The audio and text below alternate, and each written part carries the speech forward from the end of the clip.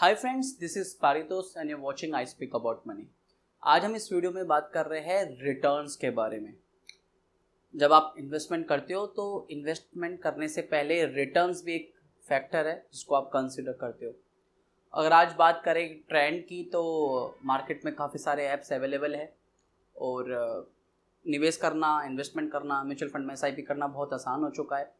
आपके just smartphone पे with in 5 minutes आप अपना इन्वेस्टमेंट अकाउंट क्रिएट कर सकते हो और 5 से 10 मिनट में अपनी पहली एसआईपी स्टार्ट कर सकते हो। लेकिन इस पूरी ट्रांजैक्शन में एक फ्लो है जिसे आप नज़रअंदाज करते हो और वो है रिटर्न्स। कई बार देखा होगा आपने, आप जब इन्वेस्टमेंट करते हो और आप रिटर्न्स देखते हो और वहाँ पे 3 इयर्स के, 5 इयर्स के और 7 इयर्स के रिटर्न्स देखते हो। मैं आपको बता दूं, ये जितने भी रिटर्न्स आप, जितने भी ऐप्स अवेलेबल है या जितने भी प्लेटफॉर्म्स अवेलेबल है, ये सारे के सारे रिटर्न्स आपको कहीं ना कहीं मिसलीड करते हैं। कैसे, मैं आपको अभी बताऊंगा यहाँ पे कि कैसे ये आप लोगों को मिसलीड करते हैं और क्यों आपको इनको नज़रअंदाज करना चाहिए, क्यों आपको इनको अवॉइड करना चाहिए। जो भी आपको रिटर्न्स दिखते हैं ये पॉइंट टू पॉइंट रिटर्न्स है और point to point returns will never tell you how the fund has performed in the past or how the fund can perform in the future. Point to point returns आपको fund की performance के बारे में कुछ नहीं बता पाता। आप जब देखते हो 3 इयर्स के, 5 इयर्स के, 7 इयर्स के रिटर्न्स, वो सिर्फ और सिर्फ आपके एक पॉइंट टू दूसरे पॉइंट का एक ग्रोथ रेट है, दैट्स इट। लेकिन उससे इस बात का बिल्कुल भी अंदाजा नहीं लगता कि फंड कंसिस्टेंटली कैसे परफॉर्म कर रहा है। मैं इसको एक उदाहरण के तौर पे आपको समझाता हूँ और इस उदाहरण के लिए मैं बेसिकली एक रियल डेटा आप लोगों के सामने ले रहा हूँ और रियल डेटा यानी रियल फंड के बारे में, रियल फंड का एक्सपीरियंस है, उस रियल फंड का एक्चुअल ग्रोथ को यहाँ पे कंसिडर कर रहा हूँ। तो मैं यहाँ पे जिस फंड का नाम ले रहा हूँ उस फंड को मैं रिकमेंड नहीं कर रहा हूँ, तो ऐसा मत समझिए कि इस फंड को मैंने रिकमेंड कर दिया, सजेस्ट कर रहा हूँ। सिर्फ इस डेटा को आपको समझाना है या इस पॉइंट्स को समझाना है, इसलिए इस फंड का नाम ले रहा हूँ। क्योंकि काफ़ी लोगों ने इस फंड के बारे में पूछा था। फंड का नाम है एक्सिस ब्लू चिप। तो मैं यहाँ पे एक्सिस ब्लू चिप के बेसिस पर आपको ये कुछ चीज़ें समझाने की कोशिश कर रहा हूँ।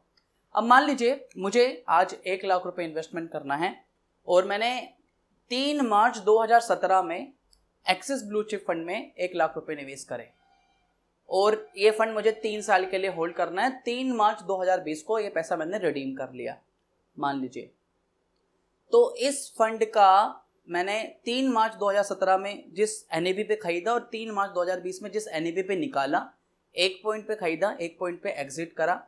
इस ट्रांजैक्शन में मुझे 16.94% का CAGR रिटर्न्स मिला। 16.94% इज अ गुड फिगर अगर CAGR यानी कंपाउंडेड एनुअल ग्रोथ रेट। अब आप मेरे पास आते हो और आप मुझसे बोलते हो कि तूने कौन से फंड, मान लीजिए 3 मार्च 2017 में मैंने जैसे निवेश करा और आप मेरे पास 5 तारीख 6 तारीख को आते हो और आप बोलते हो कि तूने कौन से फंड में निवेश किया। मैं आपको बताता हूँ कि सर मैंने तो एक्सिस ब्लू चिप फंड में निवेश किया। तो आप मुझसे पूछते हो इस फंड का परफॉर्मेंस कैसा है। मैंने कहा अच्छा है, मैंने तो ऐप में देखा है फंड का परफॉर्मेंस अच्छा है, लास्ट कुछ सालों से 5, 6, 15, 16% के रिटर्न्स दे रहा है। तो आपने ये सोच के कि ठीक है फंड अच्छा परफॉर्म कर रहा है, लास्ट 3 इयर्स के रिटर्न अच्छे हैं, 5 इयर्स के रिटर्न अच्छे हैं, जैसा हम देखते हैं अमूमन। तो आपने भी इस फंड में मान लीजिए 20 मार्च 2017 में निवेश कर दिया। इसी फंड में सेम अमाउंट 1 लाख रुपए और सेम ड्यूरेशन के लिए 3 साल के लिए। अब मेरा रिटर्न था 6.95% और आपने लगभग 17 दिन का गैप लिया KYC करने में या जो भी नॉर्मल प्रोसीजर होती है, सोचने में, जैसे भी है 1 लाख रुपए इकट्ठा करने में, जो भी रीजन है। 20 मार्च 2017 में आपने भी इस फंड में निवेश कर दिया। अब 20 मार्च 2020 में इस फंड को 3 साल हो जाएंगे तो आपको रिटर्न, मुझे रिटर्न मिला 16.94% का CAGR रिटर्न, आपको मिलता 8.56% रिटर्न, यानी लगभग आधे का डिफरेंस। सिर्फ 17 दिन का डिफरेंस, लेकिन आधे एनुअलाइज्ड ग्रोथ रेट की बात करें तो लगभग आपने पूरे 3 साल के एब्सोल्यूट बेसिस पे बात करें तो लगभग आपने 26-27% का रिटर्न्स लूज कर दिया with in this 17 days, because of this 17 days. अगर यही आप 20 तारीख ना निवेश करके 23 तारीख में निवेश करते और 23 मार्च 2017 में निवेश करते NAV पे, जो भी NAV थी, और 23 मार्च 2020 में रिडीम करते तो आपको रिटर्न्स मिलते लगभग 4.5%। यानी लगभग 12% का डिफरेंस, एब्सोल्यूट बेसिस पे लगभग 40% के करीब का डिफरेंस। तो इस बात को समझाने का पॉइंट को, ये एग्जांपल आप लोगों के सामने रखने का पॉइंट ये है कि दोस्तों ये जो पॉइंट टू पॉइंट रिटर्न्स आपके दिखाए जाते हैं, जो लास्ट 3 इयर्स के, 5 इयर्स के, 10 इयर्स के जो आप ऐप में देखते हो, ये returns it could be different for yours. आपके इन्वेस्टमेंट के लिए, आपके पोर्टफोलियो को डिफरेंस हो सकते हैं, बिकॉज यहाँ पे आपके एक डेटा पॉइंट से दूसरे डेटा पॉइंट के रिटर्न्स को कंसीडर किया जाता है, उसके एनएबी के डिफरेंस को देखकर, उसका CAGR रिटर्न निकालकर, जो भी बेसिक मैथमेटिकल कैलकुलेशन है, तब आपको कन्विंस किया जाता है। And this figure will never tell you कि how the fund will perform you, because मैंने आपको जैसे दिखाया कि 17 दिन के डिफरेंस से ही आपके रिटर्न्स में कितना डिफरेंशिएट हो सकता है। इसलिए point to point return solution नहीं है। अगर आप रिटर्न्स कंसीडर करते हो, इन रिटर्न्स को कंसीडर करके आप इन्वेस्टमेंट करते हो। अब सॉल्यूशन क्या है सर? सॉल्यूशन है look at the rolling returns. अभी रोलिंग रिटर्न्स क्या बोला है सर? रोलिंग रिटर्न्स सीधा एक कोई कॉम्प्लेक्स कोई मैथमेटिकल कैलकुलेशन नहीं है। This is just very basic, but this is the consolidate CAGR return और उसका एक एवरेज है। मैं इसको एक उदाहरण के तौर पे समझाता हूँ, सो दैट आपको क्लैरिटी हो कि रोलिंग रिटर्न्स क्या है और पॉइंट टू पॉइंट रिटर्न्स आपको क्यों अवॉइड करना चाहिए। पॉइंट टू पॉइंट रिटर्न्स आपको इसी तरीके से कन्विंस कर रहा है, जैसे मैंने आपके सामने अभी एग्जांपल रखा कि आपको पुराना कुछ रिटर्न्स दिखा दिया है, मैंने आपको अपना रिटर्न्स बता दिया और आप मेरे से कन्विंस होकर निवेश कर रहे हो। ऐसे ही ऐप भी आपको कर रहे हैं कि ऐप भी आपको कन्विंस करने की कोशिश कर रहे हैं, इसका लास्ट 3 इयर्स का रिटर्न इतना था, आपने 1 लाख लगाए होता, आज इसकी वैल्यू इतनी हो जाती। इस तरह के डेटा आप देखेंगे ऐप्स में, जो कि कहीं ना कहीं आपको मिसलीड कर रहे हैं और इससे बचना है आपको। अब जैसे मैंने रोलिंग रिटर्न्स की बात करी कि रोलिंग रिटर्न्स क्या है, तो रोलिंग रिटर्न्स क्या है सर कि अभी मैं आप लोगों के सामने एक एग्जांपल रखता हूं। मान लीजिए 2005, अच्छा मैं आपको एक बात बता दूं, आप में से काफी कुछ लोग हो सकते हैं कहे कि तो मैंने मार्च का डेटा लिया है जब कोरोना वायरस का सिचुएशन, तो इस वजह से ये डिफरेंस है। ऐसा नहीं है। अगर आप 2005 से 2020 तक का भी कंसीडर करोगे, आप देखोगे रोलिंग रिटर्न्स में डिफरेंस सिर्फ, यानी 2005 में भी निवेश करते, 2005 से लेकर 2020 इस पीरियड में कभी भी आप 3 साल के लिए निवेश करते, तो आपके रोलिंग रिटर्न्स डे वाइज अलग अलग डिफरेंस हो सकता है, चाहे आपका इन्वेस्टमेंट अमाउंट सेम हो, चाहे ड्यूरेशन सेम हो। तो खैर रोलिंग रिटर्न्स की जैसे बताई मैंने कि रोलिंग रिटर्न्स क्या है, तो रोलिंग रिटर्न सपोज करिए मान लीजिए सर 2005 में मैंने 2 जनवरी 2005 में निवेश किया और उस पैसे को मैंने रिडीम करा 2 जनवरी 2008 में, लगभग 3 साल के बाद। तो एक CAGR इस डेटा पॉइंट का, इस एक डेटा टाइम फ्रेम का एक CAGR रिटर्न निकला, जो कि आप देखते हो ऐप्स में। उसके बाद मैंने 3 जनवरी 2005 में फिर दोबारा निवेश करा, 3 जनवरी 2008 में फिर रिडीम करा, ये एक डेटा टाइम फ्रेम है, इसका एक CAGR रिटर्न निकला। फिर मैंने 4 जनवरी 2005 में निवेश करा, 4 जनवरी 2008 में फिर रिडीम करा, ये एक डेटा टाइम फ्रेम है। अगर ऐसे 2005 से लेके 2020 तक के सारे डेटा टाइम फ्रेम को मैं ले लूं, सारे CAGR रिटर्न्स को मैं ले लूं, सारे डेटा टाइम फ्रेम के CAGR रिटर्न को मैं ले लूं, उनको कंसोलिडेट कर लूं और उनका एक एवरेज निकालूं, तो वो निकल के आता है आपका रोलिंग रिटर्न्स एवरेज। और यही आपको आपके एक्चुअल फंड की कंसिस्टेंसी बताएगा कि how the fund has performed, how the fund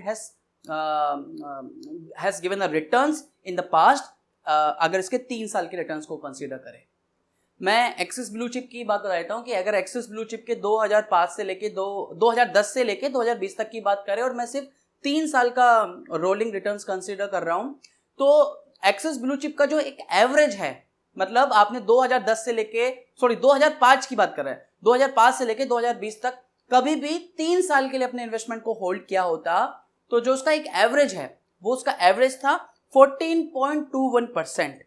maximum return यानी 3 इयर्स का एक मैक्सिमम जो रिटर्न था वो था 28%, मिनिमम रिटर्न वॉज 0.98%। यहां मैं आपको फंड की खूबी बताने के लिए ये वीडियो नहीं बना रहा हूं, मैं सिर्फ आपको इतना बताना चाह रहा हूं कि ये जो पॉइंट टू पॉइंट रिटर्न्स आप ऐप में देखते हो, ये कहीं ना कहीं थोड़ा सा मिसलीड किया जाता है आपको कन्विंस करने के लिए, तो इसे अवॉइड कीजिए। बिकॉज अगर नेक्स्ट टाइम आपको इन्वेस्टमेंट करना है तो इस फिगर्स को नहीं देखना, you need to look at the rolling returns.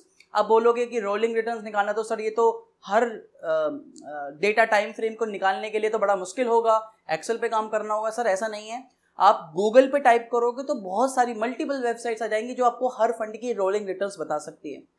तो ये मैनुअल टास्क आपको किसी ऐप पर भरोसा करके उस पर रिलाई करके नहीं करना। You need to take this action from your side. आपको खुद गूगल पे मैनुअल करके उसके फंड के रोलिंग रिटर्न्स या कंसिस्टेंसी चेक करनी है। उसके बाद ये इन्वेस्टमेंट डिसीजन लेना है कि इस फंड में मुझे पैसा निवेश करना है या नहीं करना। इस फंड से जो मेरा एक एवरेजिंग रोलिंग रिटर्न आ रहा है वो मेरे फाइनेंशियल गोल को मेट कर रहा है या नहीं कर रहा।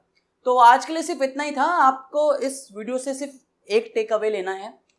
इस वीडियो का जो मोरल ऑफ द वीडियो यही है कि आज से अभी से प्रॉमिस कर लीजिए, कभी भी अगर आप इन्वेस्टमेंट कर रहे हो, एसआईपी स्टार्ट कर रहे हो और रिटर्न्स को कंसीडर कर रहे हो, क्योंकि रिटर्न्स को हम अवॉइड नहीं कर सकते। रिटर्न्स भी, हिस्टोरिकल एवरेज रिटर्न्स भी एक प्राइम फैक्टर है कि जो आपको फंड की परफॉर्मेंस और फंड की कंसिस्टेंसी में आपकी मदद करेगा और आप डिसीजन ले सकोगे। तो आपको पॉइंट टू पॉइंट रिटर्न्स कभी भी कंसीडर नहीं करने, क्योंकि ऐप हमेशा आपको यही बताएगा। रोलिंग रिटर्न्स, कोई मेरे पास 3-4 ऐप्स हैं जहां से मैं निवेश करता हूँ, कोई भी रोलिंग रिटर्न्स नहीं बताता, सिर्फ आपको पॉइंट टू पॉइंट रिटर्न्स बताया जाता है। आप देखोगे आज अलग रिटर्न होगा, 10 दिन बाद अलग रिटर्न्स होगा। तो उन रिटर्न्स के बेसिस पे कभी भी डिसीजन मत लीजिए।